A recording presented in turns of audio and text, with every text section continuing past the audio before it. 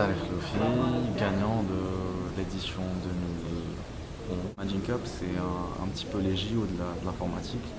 Donc il y a plusieurs catégories et le but c'est de présenter des projets innovants qui sont tous regroupés sur une même thématique qui change chaque année. Et l'année dernière, c'était résoudre les plus gros problèmes de la société. Et on avait comme indication les objectifs du millénaire. C'est un concours qui se passe sur plusieurs mois.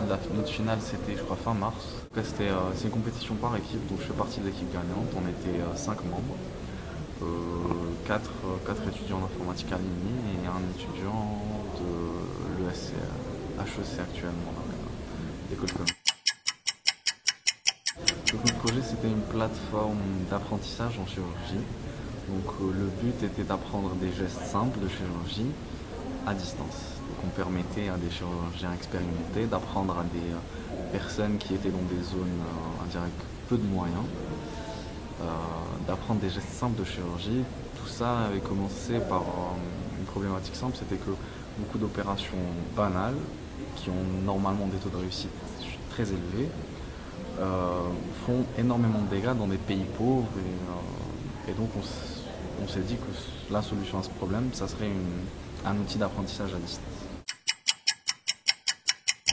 Alors l'année dernière, c'était à New York. Et voilà, donc notre projet, on l'avait présenté dans la catégorie software design, donc conception de logiciels. Et il y avait une autre équipe algérienne qui s'appelait les Green Proof et qui avait été retenue dans la catégorie Embedded Development, donc développement embarqué. Écoutez, ça s'est très bien passé, et d'une parce que c'est une très belle ville, et aussi parce que Microsoft ne fait pas les choses à moitié quand ils organisent ce genre d'événement, donc ça s'est très bien passé parce que l'organisation était parfaite. Et aussi on a rencontré des personnes, c'est simplement des génies, donc c'est des gens qui à peine sortis de la fac ou pas encore sortis de la fac, ils ont déjà leur propre entreprise, ils sont là en costard à essayer de chercher des investisseurs, à vendre leurs produits à des clients potentiels. On a rencontré des jurys qui étaient des serial entrepreneurs qui avaient plusieurs entreprises, qui étaient des chercheurs renommés, donc c'était énorme, on a pris plein la tête et voilà, on a appris beaucoup de choses. C'est un chiffre astronomique parce que c'est une compétition mondiale. Alors si je ne me trompe pas, je crois qu'il y avait plus de 100 pays et à la finale il y avait quelque chose comme 86 pays de mémoire, hein, mais en tout cas c'était 86 pays représentés qui peuvent être représentés par plus d'une équipe, hein. Donc, sachant qu'une équipe c'est en moyenne 4 à 5 personnes, vous pouvez faire le compte rapidement. Et ça c'était que les étudiants.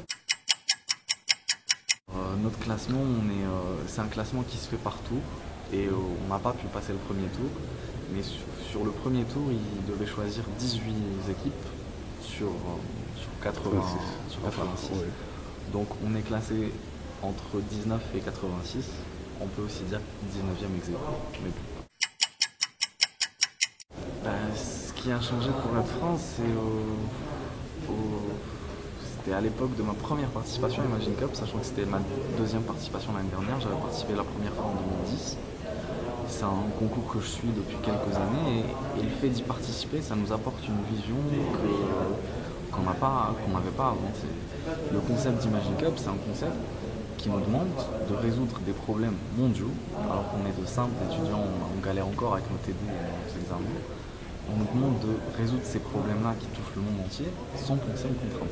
Et le fait de raisonner comme ça et de réfléchir comme ça nous apporte une vision tellement différente qu'on arrive à proposer des solutions efficaces à des problèmes mondiaux.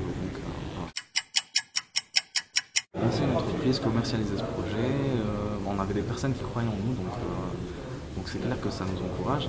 Après ça prend un peu de temps parce que quand on est des étudiants, il faut avoir la maturité, il faut avoir beaucoup de choses et c'est des choses qui viennent qu'avec le temps. Donc je suis sûr que ça viendra, mais avec le temps. Pour l'instant je travaille, voilà, j'ai trouvé un job depuis pas longtemps et voilà, j'ai pas un plan. Je suis consultant technique sur les produits HP, donc je travaille chez HP.